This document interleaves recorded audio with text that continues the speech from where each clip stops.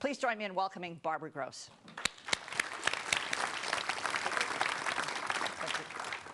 Thanks very much for that wonderful introduction. It's really a great honor to be here giving a keynote at a faculty summit where the theme is focused on AI at the edge. It's a time where it's really important for those of us doing research in AI to think about what capabilities systems have, what our methods can do, what they can't do, where the challenges are, and, and what we may be doing in the future. And for everyone in computer science to think about how we can design systems that actually do good in the world and don't do harm. This is perhaps, Turing's best known conjecture about building machines with intelligence. And by the way, he equated intelligence with thinking. He thought he wasn't talking about intelligence as being able to do research that gets a Nobel Prize. So his most well-known conjectures are about what he called being able to participate well in the imitation game, now talked about as passing the Turing test. That conjecture that we would have machines able to do that by the year 2000 was not realized, but the conjecture that you see on this slide was. People now regularly talk about machines as though they were thinking. Of course, they frequently also ask what were they thinking when they do things that don't make sense. So about 5 years ago, when we were celebrating the 100th anniversary of Turing's birth, I was asked to give a talk at a Turing symposium, and I was trying to figure out what I could say that was novel, because people have talked about Turing and written about Turing. And I decided it would be interesting to think about if Turing were with us now. I mean, there are people who live to 100 years. If he were with us now, what would he be? Just to the people watching the clock, this clock is wrong. I am not 4 minutes over. So you might want to reset it. Okay, they didn't hear me. I'll try to keep to my time without the clock. Okay, so, and of course, no one knows what Turing would say. They got it. But I thought the world had changed a lot, and I wanted to put a challenge to the AI community. I hope that other people would also do that, so I still welcome other challenges. And this is the challenge that I came up with. And it's really important to notice that this is about working as a team member over the long term, not one-shot deals, not just one question, one answer. We can do that just fine. And I also want to say, it says here that you won't notice that it's not human.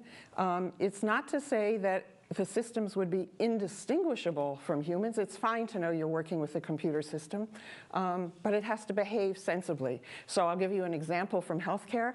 A smart partner that searches documents much faster than any human being could do, if it delivers sensible results, passes the test. If it delivers nonsense, it doesn't.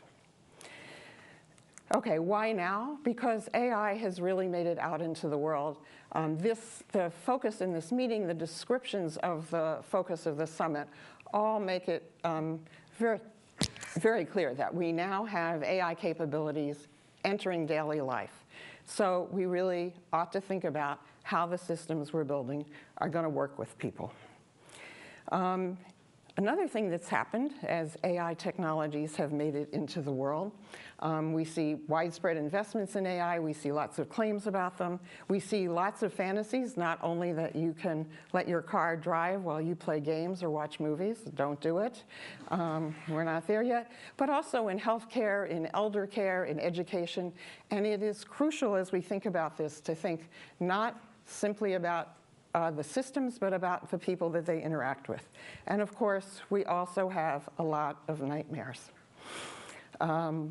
I will say the nightmares are not new. People have been thinking about building machines. Could a human being build a machine, create something that could think, that was like a person, for centuries? Goes back at least to the Golem of Prague, certainly to Frankenstein. And more recently, we have things like the movie Ex Machina. So on the one hand, this android dream set a context for Turing's conjecture. On the other hand, it makes clear that there has, at least in Western culture, it's very different in Japan, by the way. They think of robots as cuddly. But at least, and I'll leave it as a question for you to think about the cultural part. So my argument is, if we want to get away from the philosophical focus, and Turing was asking a philosophical question, and away from the science fiction of machines gone mad, to get real intelligent behavior, we need to think about building machines that augment our capabilities, not that replace us or replicate human intelligence. So here's my quip. We know how to replicate human intelligence. The process is known to be fun. The product is babies. Even when they grow up, they have only human intelligence. We don't need to build machines that have more of that. We need to build machines that complement that. And I'm going to very quickly talk about 5 reasons why we want to aim for coordination and teamwork now. The first 2 are about how times have changed since Turing, then about our responsibilities, and then because we're doing research, we want to do exciting research. So that's how people use computers in Turing's day, one person, one machine. Now we have many people in many places in many systems working at many times. There are several arguments from the cognitive sciences. I'll just say a couple briefly. Brain development. We know that in the first 2 years of life, if you don't have social interaction, your brain is smaller and it generates less energy. And you're basically cooked for life if you don't have that social interaction in time. We also know that language learning depends on interpersonal interaction. There's some wonderful work by Patricia Kuhl at the University of Washington. I'll give you one example.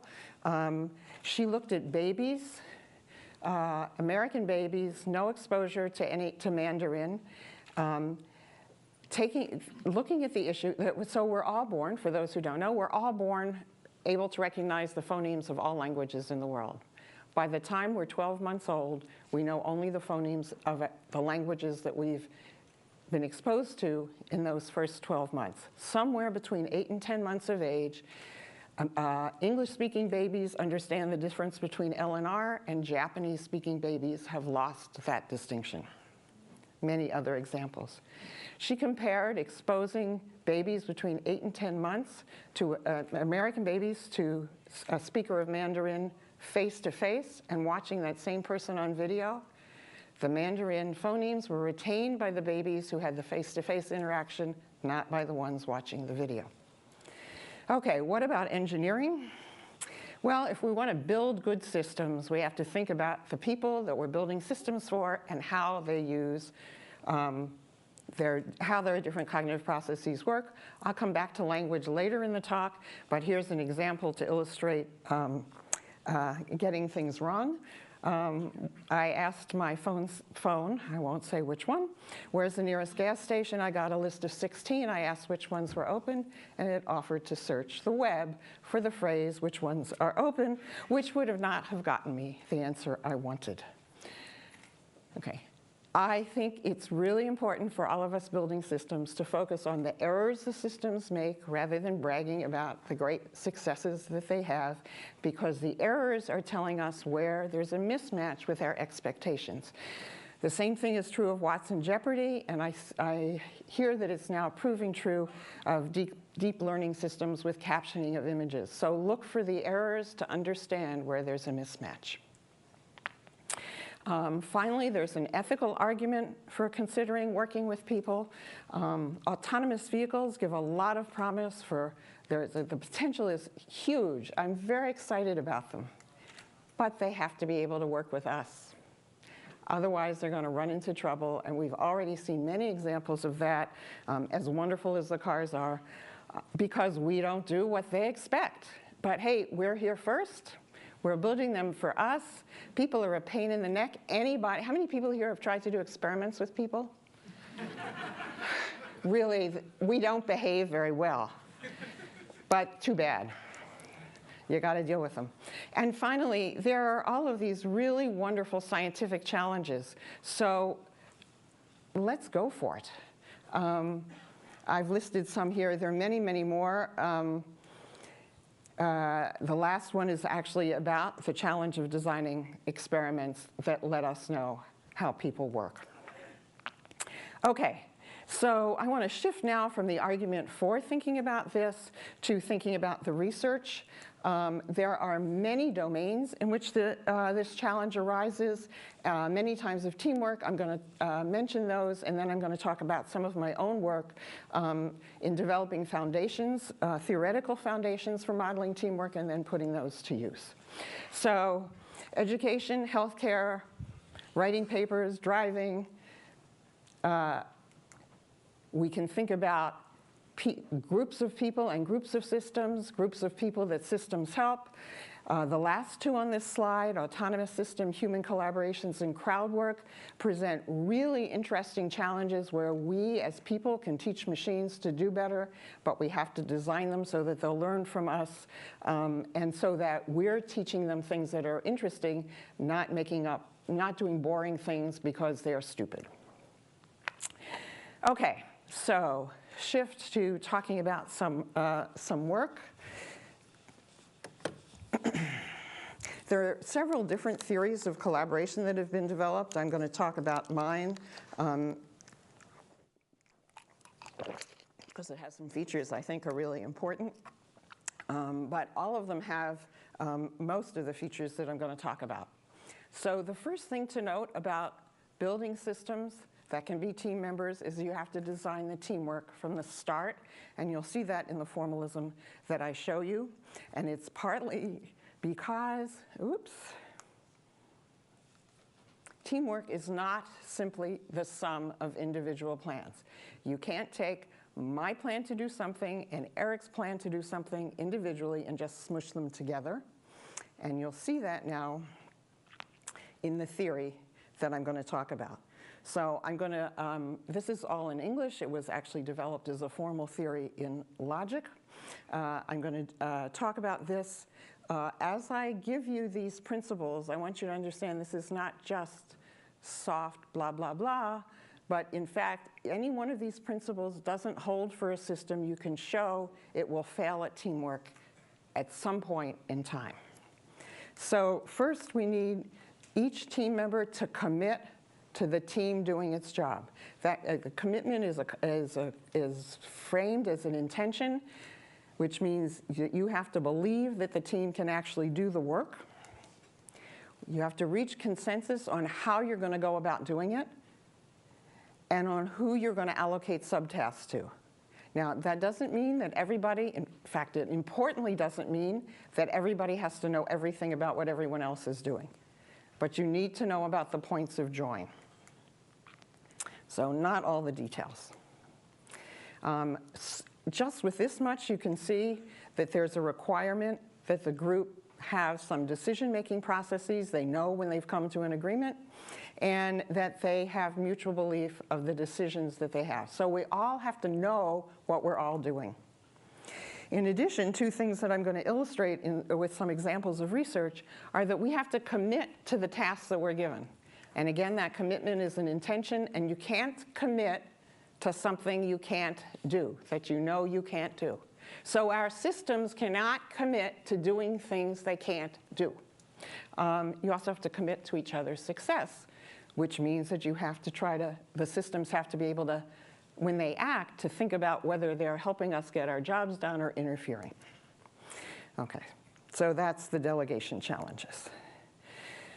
I'm going to talk about three different roles for these theoretical frameworks. First, system specification, then design guide, and then as an analytic framework. And I hope that you'll take away from this that not only are these roles, but for each of these roles, there are different ways you could implement the system. So you could use machine learning, or Bayesian reasoning, or game theory, or logical rules. It's the properties that the theory says the system has to have that you need to get into the system within whatever implementation you're going to use. You want to read you a quote from Yoav Shoam in a recent CACM article when he was talking about the usefulness of logically solid theories. He said, this matters because it helps you build software that's beautiful on the inside. And if the internal structure isn't right, if it doesn't cohere with how humans think of the world, you'll never have a truly beautiful user experience. So I hope you'll keep that in mind. Okay, so first, theory as system specification. And I'm going to talk about the problem of interruption management. So the shared plan principle here is that you have to commit to each other's success. So if you're going to interrupt somebody, you ought to have information that's valuable to them, to interrupt only when it's useful. How many of you have been interrupted by dialog boxes warning you of things like your battery dying in 3 hours that you don't really care about now? Okay, so just go forward without me.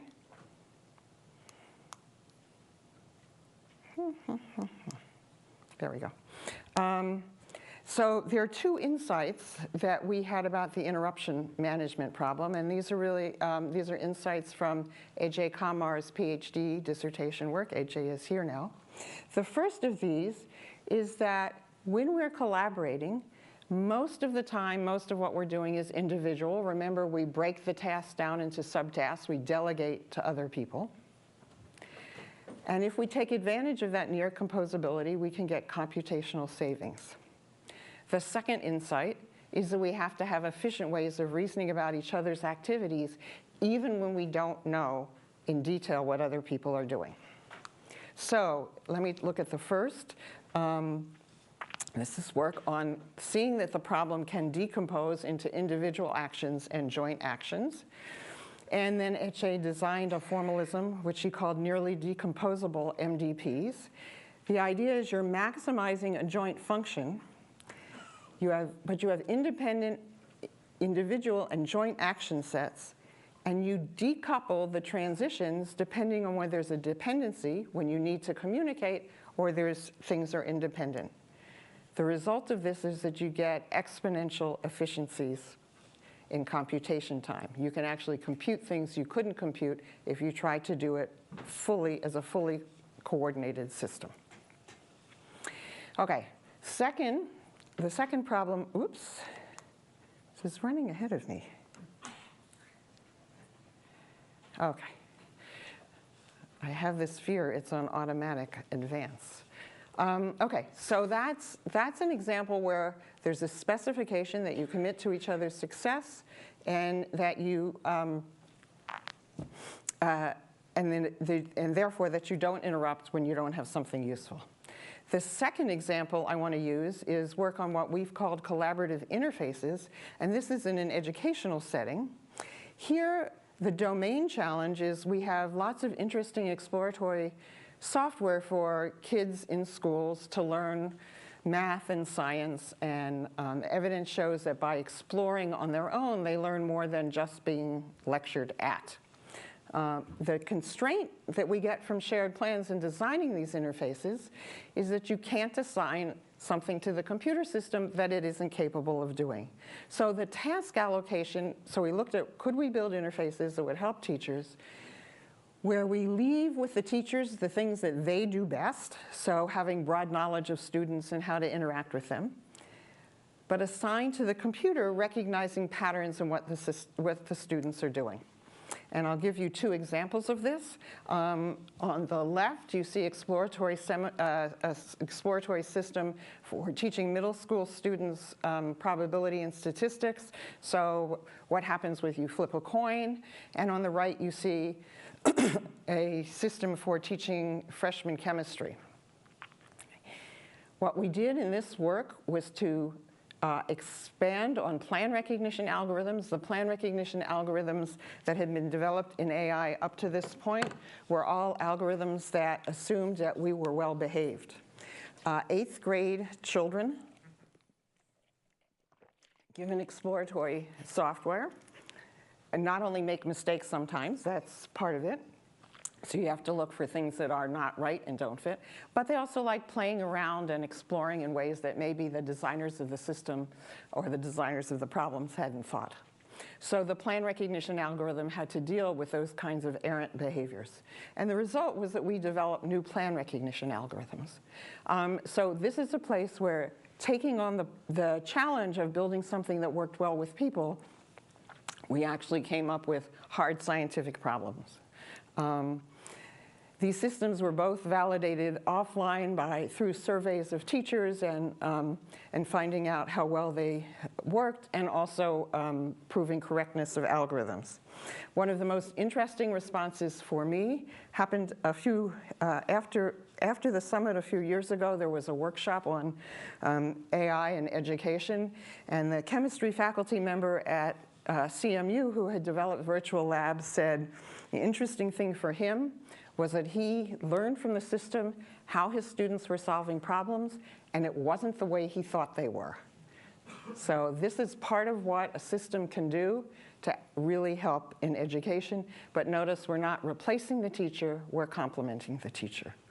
More recently, Kobe Gal, who's at Ben Gurion University, who worked on SCAST and then did virtual labs, has been working, so this was plan recognition in a very different domain, teaching 7th grade geometry, where the students are working in small groups and they're chatting with each other. Again, the teacher can't listen in on all the conversations. And the technical question was, could you detect critical moments in those student conversations and alert the teacher to groups that needed to be encouraged to do something else? Can't do full natural language processing it's not just dialogue, it's multiple students talking at once, but they could use machine learning to detect those critical moments, and they've just done some early classroom validations that show that that using this software, the teachers are actually intervening at better moments, and the duration of the interventions is more appropriate for what they are because they're not trying to do too many things at once. Okay. So the third thing that I want to look at, this is my current research on healthcare coordination, and this is where we use shared plans, not for system design, at least not yet, and not in its system specification way, but to look at what was going wrong in healthcare coordination. So the setting is clinics for children with complex conditions. This could be from genetic problems, it could be from birth problems, it could be from illness at an early age. The children see somewhere between 10 and 15 care providers. No human being can keep track of 14 other people. Some of us try, but it's really not possible. So the domain challenge here is, could we build a computer system that would assist the care providers in keeping track of what each other is doing? I'll just make a note that electronic health records do nothing to help with this problem. They may exacerbate it, and I'll give you an example in a minute. So this little sketch just shows you how much communication goes on in different modalities among people on a typical team. You can feel very sorry for the PCP in the middle, who is like the quarterback and worse, with no technology to help it. Okay, what we learned from looking at the work that people were doing was that this was a very different kind of teamwork from the tightly coupled teamwork we had studied before, and that our theories had originally covered, and that our plan recognition algorithms were working in.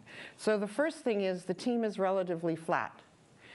The PCP might be in the middle of things, but he's not in charge and he can't dictate to other people what to do.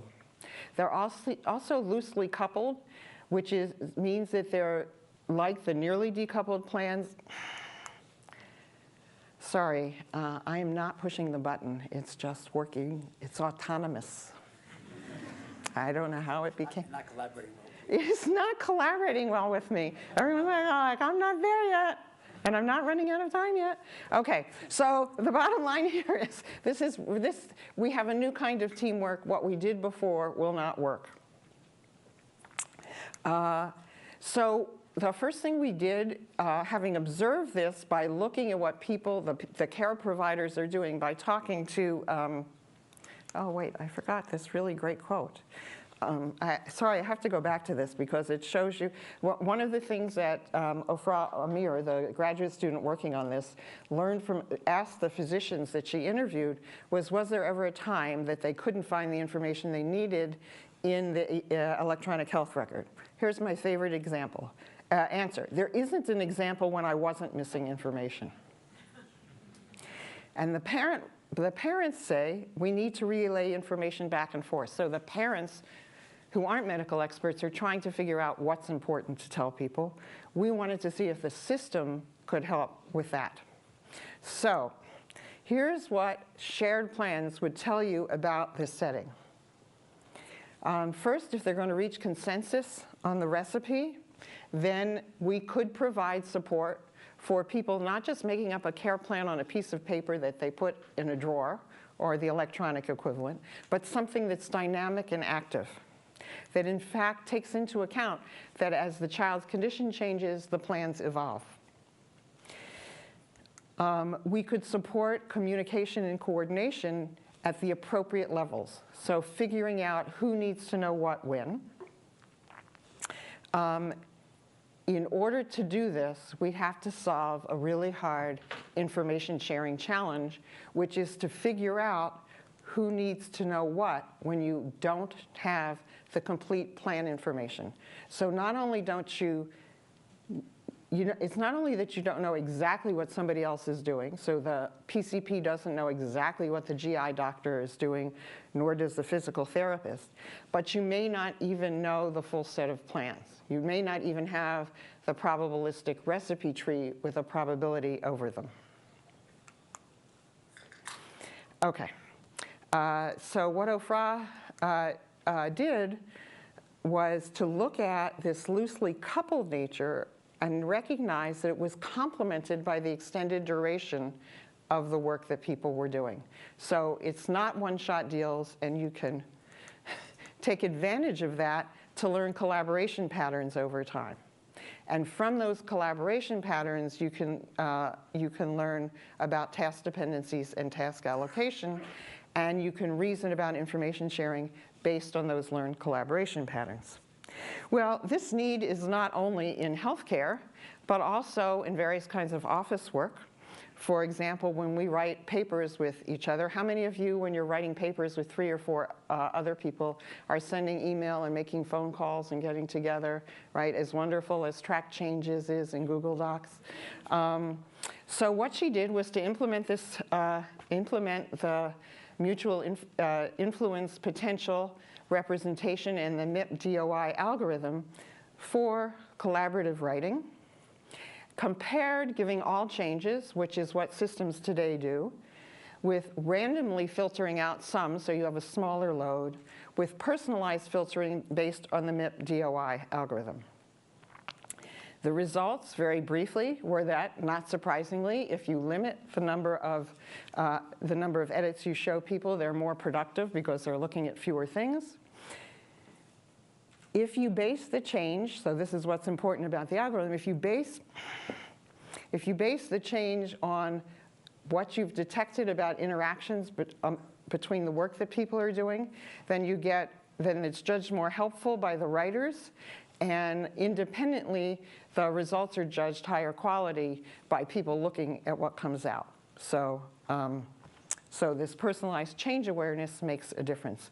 I'll just note here that this work was really a wonderful blend of AI and HCI, and I think we're at a time in the development of both fields where it's crucial for them to work together. They split apart a long time ago, and it's really important to come together. So now I want to take a step back and actually look at some of the lessons from the research that I've done over many decades, and as a way of just summarizing where we are with respect to this collaborative work, and also leading into some discussion of dialogues, because there's so much going on in the dialogue and language world these days. So the first thing, so I actually got into collaboration by doing research on dialogue. The first thing was that we noticed that dialogues aren't linear sequences, they aren't random collections, they're actually structured, and you'll see an example in a minute. And the language that we speak indicates the boundaries and indicates discourse information. At the root of this structuring of language is the intentions, the purposes of the people having the conversation. And this is maybe the most important lesson for those of you who are working on dialogue systems. It's not just the streams of words, it's the underlying purposes you need to understand to really participate in a dialogue. Okay, we then moved in trying to, Candy Seidner and I, in trying to move from understanding this to understanding how to model those intentions. And that's when I became interested in collaboration. Because you can't represent intentional structure as plans of individual agents. You have to, and that's where shared plans came from. And then there was a lot of, we did it for dialogue, and then a mathematician friend of mine said to me, come on, 2, do n. It turns out n is a lot, as any basketball coach will tell you, n is a lot harder than 2. I think there's a big challenge here at the edge already with this work, which is how to integrate the principles from shared plans for dialogue and collaboration in a way that melds with the data-driven ML approaches. How are we going to bring these two together? Finally, from the collaboration to loosely coupled plans, I told you about that research. There is here also a challenge, which is how do we deal, a broader challenge, how do we deal with all the different kinds of teamwork and coordination, which have widely different information sharing circumstances. And now, before I move on to the next thing I want to talk about, which is the ethics aspect of all of this, I want to read a quote from Zach Kohani, who is very, very active in health informatics and a big advocate of using AI to understand and support diagnosis. He has a mother who has a cardiac issue, and he was interviewed about this. He said that on the one hand, it's really great to collect data and use AI for that. On the other hand, there are family and friends. And here's the quote. AI may be good at chess and Go and at developing expertise once reserved for doctors in arcane areas such as reading X-rays. Radiologists might disagree about it being arcane, but anyway. But AI does not do well at understanding the wide world, at picking up mood or subtle signs of distress, at convincing a resistant human to listen to the doctor. We don't need AI for that. We need a caring village.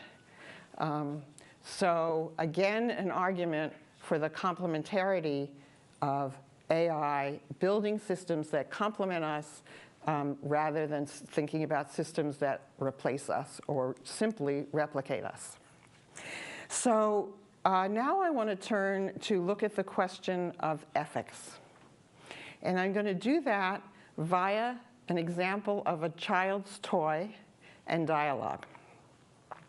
Because, as I said in the beginning, AI is out there in the world. We're using it all the time on phones and for search and in many other ways. And it's even now entering toys for children. And I think that really highlights the importance of anyone building a system with any AI in it. Frankly, I think anyone building a computer system that people are going to use for anything other than programming need to take into account. So this is for those of you who didn't see this article in the fall of 2015, Mattel announced a new Barbie doll that could talk, and Mattel advertised it as your daughter's new best friend. Here's an example dialogue taken from the New York Times. I teach a course on intelligent systems design and ethical challenges, and the students in the course bought a Barbie doll and found the 300 pages of scripts that the Barbie doll follows. So there are many more examples that are even worse than this, but we'll deal with this. So Barbie knows this kid has a sister and asks, what does she do? What nice things does she do for you? The child says nothing. Barbie says, what's the last nice thing? Okay, Barbie hasn't understood the word nothing.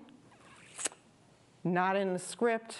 It's this little word, negatives are hard. Anyone who's studied natural language knows that. Okay, the child tries to answer, but it's got another kind of negative word, destroyed it. Barbie says, oh yeah, tell me more. The kid gets a little annoyed. I left that part out. More than a little annoyed. And Barbie says, have you told your sister lately how cool she is? At this point, I believe the child said, that's it, Barbie. Oh, I forgot that part.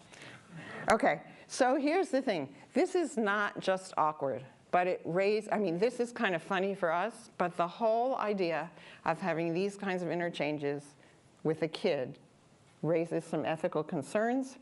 And I'm just going to talk about two of them. There are many more. And one is expectations that are violated with respect to dialogue behavior, and the fact that this doll is, as my philosophy student PhD said, philosophy PhD student teaching fellow said, unremittingly pleasant like no human being I've ever met. Kind of this emotional equivalent of being too skinny. Okay, so language learning. The doll's designed for 3 to 8-year-old children. They're supposed to be learning language and how we carry on dialogues. What they're learning is you just ignore what the other person says and go along with what you're saying. This is not exactly what we would like to teach 3 to 8-year-old children, boys or girls. Okay. How about child development and friendship? So unremittingly pleasant. How many of you are unremittingly pleasant? I didn't think so. Thank you for being honest. We don't want a 3-year-old to think she has to be unremittingly pleasant. On the other hand, we do want a child to know that there's a penalty to pay if you're mean to somebody. And Barbie doesn't care what the child says, it just goes along with its script. I'll just make a note here that I have some worries about anybody who thinks we should create the Westworld environment. Given that most of us would stop somebody beating a dog on the street, why do we want to teach people that it's okay to do what goes on in Westworld? I don't know. Anyway. All right, so there are other questions. Questions about trust and creativity, but I won't be able to go into those. Okay, you can ask me about them later. Okay, so it's not just Barbie. It's any approach to dialogue that misses some of the key facts we know about human dialogue. And one of those is that dialogues are structured by purpose. They're not just linear sequences. So here's one of my favorite examples of why that matters. Most of us were taught that a pronoun referred to the last thing that it matched in number and gender. The last thing that them in blue matches is number and gender is kids. How many of you think that what this person means is they put the kids away? How many of you, I just have to see if you can raise your hands. How many of you think it's something else? Okay, so here's what actually went on in this dialogue. There was some intonation. John came by and left the groceries. Stop that, you kids! And I put them away after he left. There's no question, you didn't have a question about what's going on. Now, this is a narrative about groceries. I have to say, I was in the airport on Saturday. My plane looked like it would be canceled. I called the MSR travel people. I could have had exactly the same conversation, but with it being about travel interrupted by saying something to the noisy kids who were unhappy their plane might be canceled.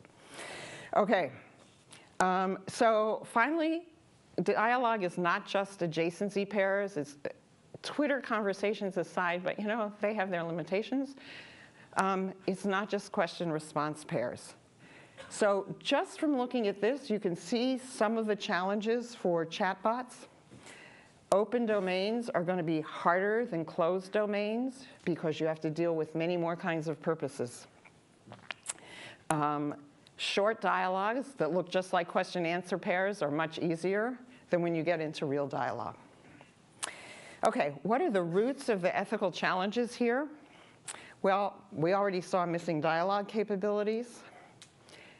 It's also the case that if you give people something, they have if they think a system can do one thing, they will generalize to its being able to do another. So the last time I asked my phone where the nearest ER was, and I did this, I gave a bunch of talks for Phi Beta Kappa traveling around the country. It always could tell me where the nearest ER was. When I asked where I can get a flu shot, it understood what I said, because that's what it said, but this is the answer it gave me. Actually, 2 different answers. I don't know why I can't figure this out. More importantly, when I asked where can I go to get a sprained ankle treated, this is the answer I got. Now, it's not so bad, really, to tell me how to treat this sprained ankle. But it would have been really bad if this had been about a heart attack. OK, so we need to get it right. We need to be clear about what the competence is and what it's not. And we need to take seriously this idea that we can't build systems that commit to doing something they're not capable of doing. But there are many other ethical challenges that come up. And they affect us not just as individuals, but they can affect whole communities. They can affect the world at large. And I have just some of them here that I hope people will think about. Privacy and security is always brought up. But there's also a place where there's a clash of the incentives for business and social good. And I'm really glad to see things like the Ether effort here at Microsoft and the Partnership for AI, because it's really crucial that companies think about this. So we saw this clash in the concern for getting more clicks and selling more ads and the spread of fake news. There are also questions of justice, and Eric brought up some of this in his talk about bias. If you're predicting the future based on the past, at the same time that you're trying to change communities and lower crime, for example, then there's a clash between this progressive cultural change you want and the predictions that you're making. Also, and this came up in a State Department workshop I chaired last fall, there's great concern about who owns the data. And here we have data is not just Google and Facebook, by the way.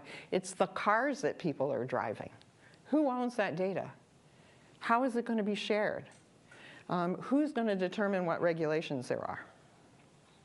And then there are questions of equality and making sure that the benefits of the AI systems we develop are spread around the world, and of building trust. Well, there's a much longer list.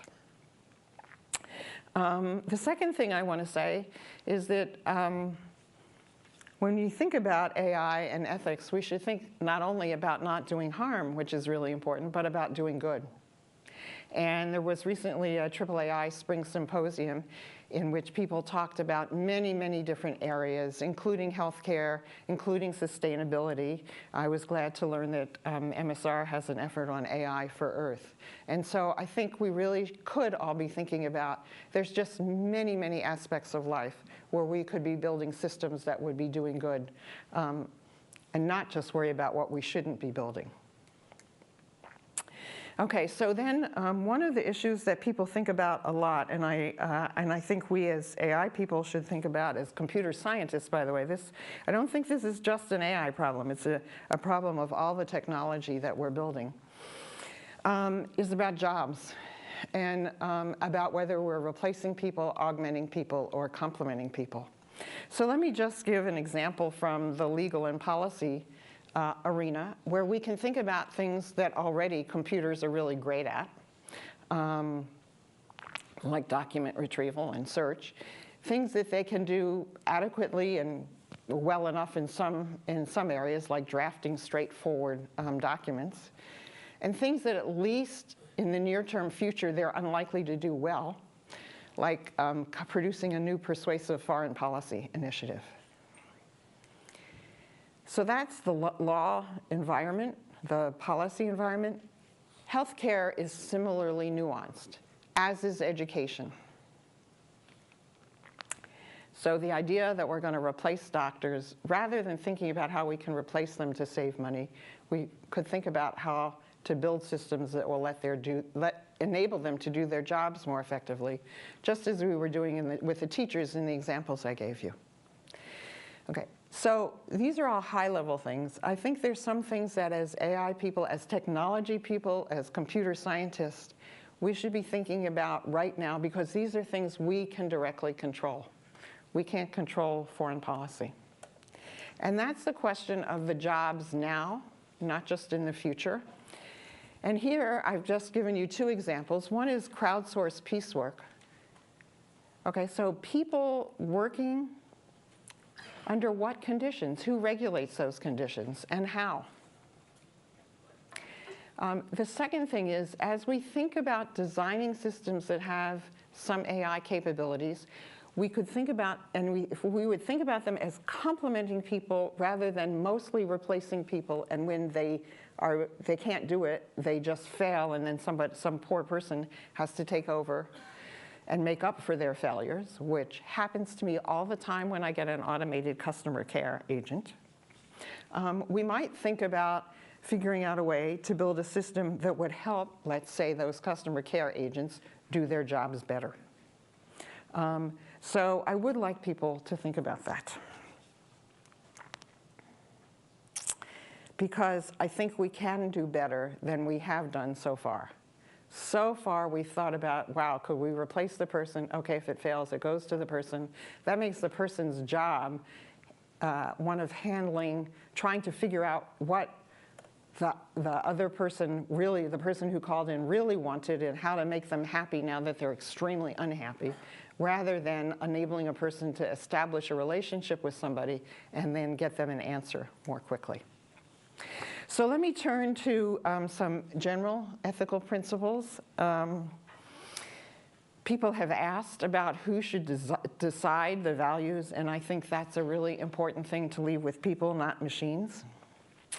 I also want to urge people to stop thinking about, and help those of us who are already working with the press and others to get them to stop thinking about robots taking over, because it's not happening anytime soon, and it's a distraction from issues that are important now. So I personally think we have more to fear from dumb systems that somebody has told us are smart than from intelligent systems that know their limits. And I know that Eric talked earlier about unknowns and known unknowns. I think this is really a system. A really important thing to aim for is a system that knows its limits. So there are different ways for handling the ethical challenges that come up. The one we hear about most is regulation and policy. There's also design. We can design the systems differently. And that's really the main message I want people to take away from here, so we can design systems differently. One of the things that many people are thinking about is, could we build in ethical reasoning capabilities? And that would be great, but it's hard enough to build in reasoning capabilities. So I think this is a long-term aspiration, certainly an interesting research area, but I'd like to see us focus on design right now. And finally, when we put systems out in the world, we could accurately describe their capabilities. Mattel should not have said the Barbie doll was going to be your daughter's next best friend. Okay. So I'm actually unclear whether this is my time or the total time. Take 5 more minutes. Yeah, okay. That's the total time, but we'll make it. All right. Okay. All right. So let me, this is my last major point. I said earlier that teamwork capabilities had to be designed in from the start. Ethics also has to be designed in from the start. And to get it right in the future, we need to do 2 things. One is those of us who teach need to integrate ethics into our curriculum. We're doing this at Harvard now. We experimented this past spring with having a small ethics module in 4 courses. We're going to do 6 in the fall. Quick example from my class. They studied the Facebook emotion contagion experiment on a Tuesday. Lots of discussion of ethics. By the way, these students, 150 students applied for a class of 30, so they really wanted to get in and they cared about ethics. 48 hours later, on Thursday, I gave an assignment on, I did an in-class activity on designing a recommender system, including needing to list the characteristics of the users they would collect.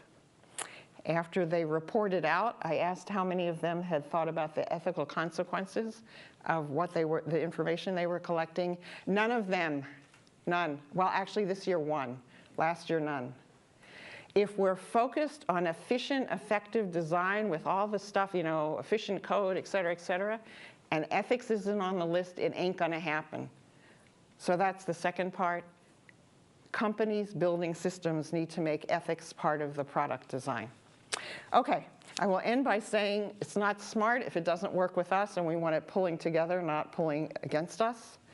I want systems that make us feel smarter, not dumber, and conjectures are really important. Anybody who's early stage and wants to know how Chomsky and McCarthy discouraged me can ask me later. They told me what I was doing was impossible or useless. And when we first did shared plans, people told us to think harder and we could do it as individual plans. So if you're young and you have a good idea, go with it. We need people to take risks now. Computers aren't islands. We got to do this. These are all the people that helped me, including the funders, and I'm happy for questions. Thank you, Barbara. Okay, thank you, Barbara. We have time for a few questions. There are people running around with paddles, so if you have a question, please raise your hand. Whoa. And please say who you are and where you're from.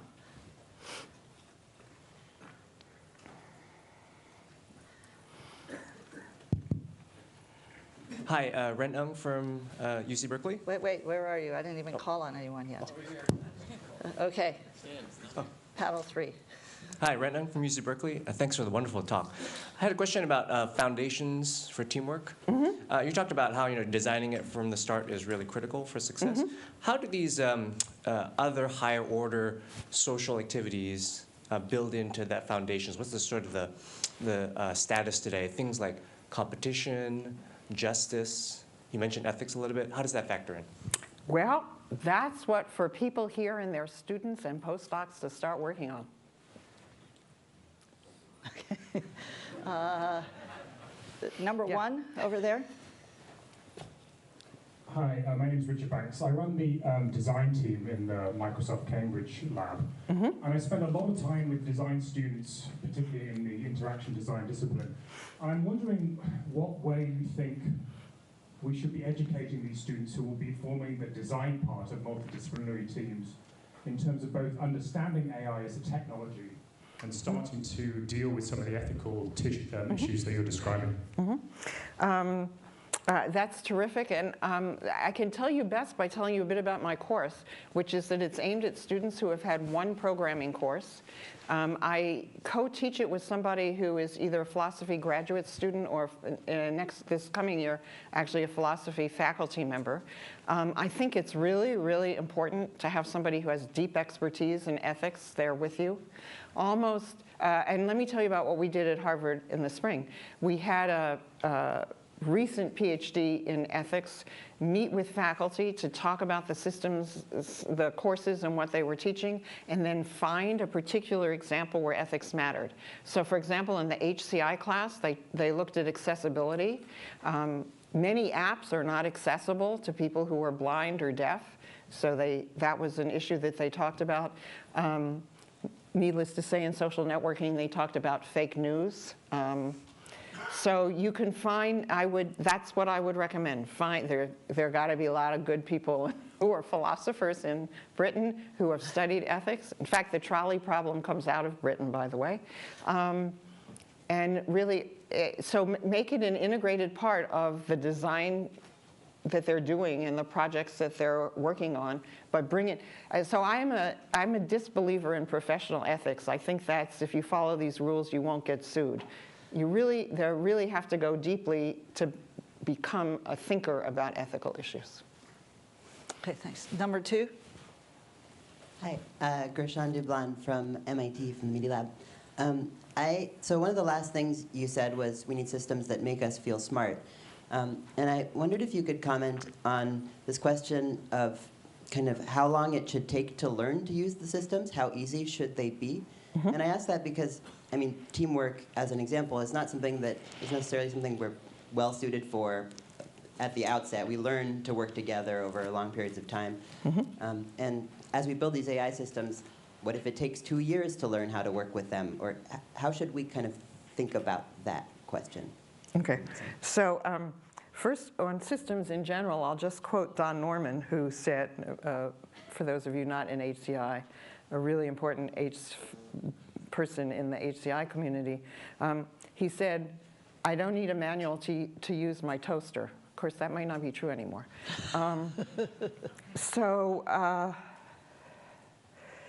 I think so it's true that as people, we need to learn with respect to each team how to work with those team members. I think it should take no longer to learn how to work with the team computer agents than it takes to learn with each other. And that depends on the people, whether how much they've been parts of teams before or not. But the systems, I think we should design to be the best of team players. Okay, thanks. The last 2 questions have been from Cambridge, and in continuing that trend, I think question number 3 is from Cambridge as well. No more Cambridge questions after this. Hi, other Cambridge. David Karger, MIT. Hi, David. Hi, and I guess alumnus of your 1988 AI class.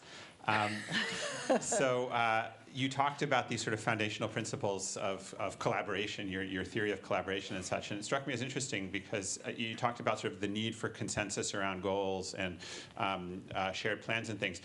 One of your colleagues, Madhusudan, did some really interesting work a few years ago on communication with aliens, and sort of developed a theory about how you could actually carry out communication and say that communication was happening even when the 2 parties had no shared goals, no shared understanding of the universe. And I'm wondering whether that sort of, how that relates to your arguments that you have to have these consensus goals. And bringing it closer to home, if you think about user studies, where our subjects are often not aware of what they're doing or are even deceived about what their goals are, how does that play into what you were talking about? So remember what I said is if the principles are violated, you don't have real teamwork. So the answer with Madhu is to do it justice is much longer, but he and I actually disagree on when you have communication and dialogue. And I would have to look at the user studies to give you a particular answer, but it's not saying you can have things that look like teamwork happen accidentally. But if you don't have these conditions, I can take that group of people and whatever they're trying to do and give you an example where it would fall apart and they would fail. So that's the point of the principles. It's not that you can't, like you can have a system that looks like remember my point about errors? You can have a system that looks like it's smart until it looks like it's really dumb. So you can have something that looks like it's working like teamwork and then it falls apart. I can give you an example from the 1990s at Harvard. I love this example. Women basketball. The Ivy League always sends 1 team to the NCAAs. Harvard went. Their first match was with Stanford because they were at the bottom and Stanford was at the top. Stanford's best player, I don't know, tore her ACL or something. Harvard won the game and it was played at Stanford. Why? Because they had teamwork. Ask their coach. Harvard could lose their best player, Stanford couldn't. Okay, let's take one last question here, number 2. Hi, Melanie Mitchell, Portland State University. Hey. Hey. You made the really great suggestion that products that have AI in them, like the Barbie example, should advertise their limitations. Yeah. But I'm wondering if you can comment a little bit more on how feasible that actually is, given that many of the systems that seem to be the most successful are the hardest to understand. So I'd like to make, so first let me say that a system knowing its own limits is one of the hardest problems I know of.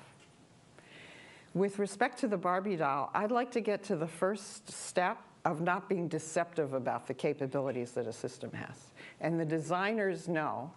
So I didn't say this with Barbie, but it's one of my quips about it. Most of us have known 3-year-olds. I don't know a single 3-year-old who follows a script.